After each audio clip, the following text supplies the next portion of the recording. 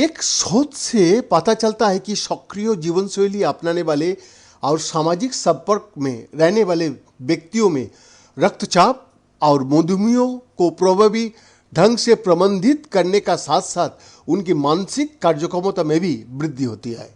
जैसे जैसे अल्जाइमर रोग की अधिक दवाओं के लिए संघीय अनुमोदन आगे बढ़ रहा है, उसी तरह यूसी सैन फ्रांसिस्को और कैंसर परमानेंट वाशिंगटन द्वारा किए गए एक हालिया अध्ययन से पता चलता है कि अनुरूप स्वस्थ और जीवन शैली में संशोधन बढ़े हुए जोखिम वाले वृद्ध वयस्कों में स्मृति गिरावट को स्थगित या रोक सकता है।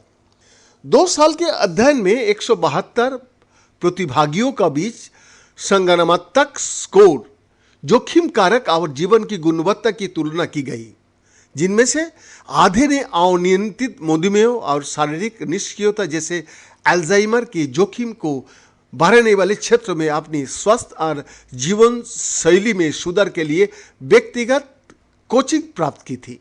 इन प्रतिभागियों के संगणनात्मक परीक्षण में मामूली वृद्धि का अनुभव हुआ, जो गैर हस्तक्षेप समूह की तुलना में 74% सुधार था। शोधकर्ताओं ने बताया कि दोनों समूहों के बीच जोखिम कारकों और जीवन की गुणवत्ता की मापने में भी सुधार देखा गया, जो क्रमशः लगभग 145% और 8% है। यह अध्ययन हाल ही में जामा इंटरनेशनल मेडिसिन जर्नल में प्रकाशित हुआ है।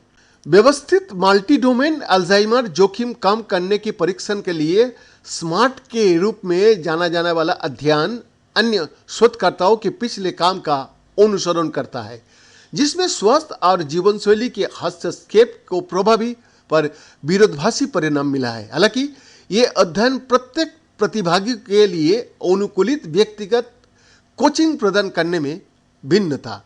ये पहले एक हस्तक्षेप था जो अनुभूति का कई क्षेत्र पर ध्यान केंद्रित करता है, जिसमें जोखिम कारक लक्ष्य, प्रतिभागी का जोखिम प्रोफाइल, प्राथमिकताओं पर आधारित होता है।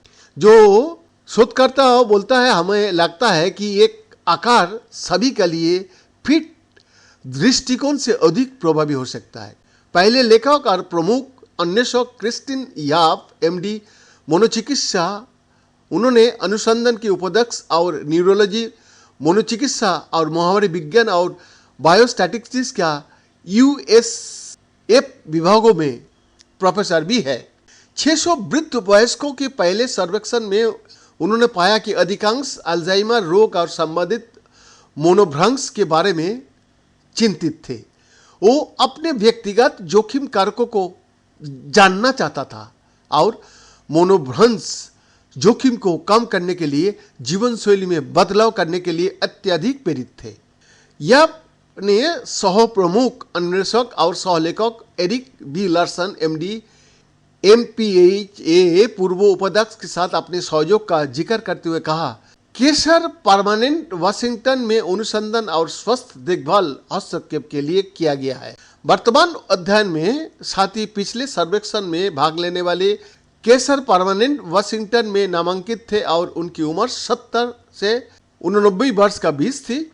उनमें मनोभ्रंश की 8 जोखिम कारकों में से कम 2 थे।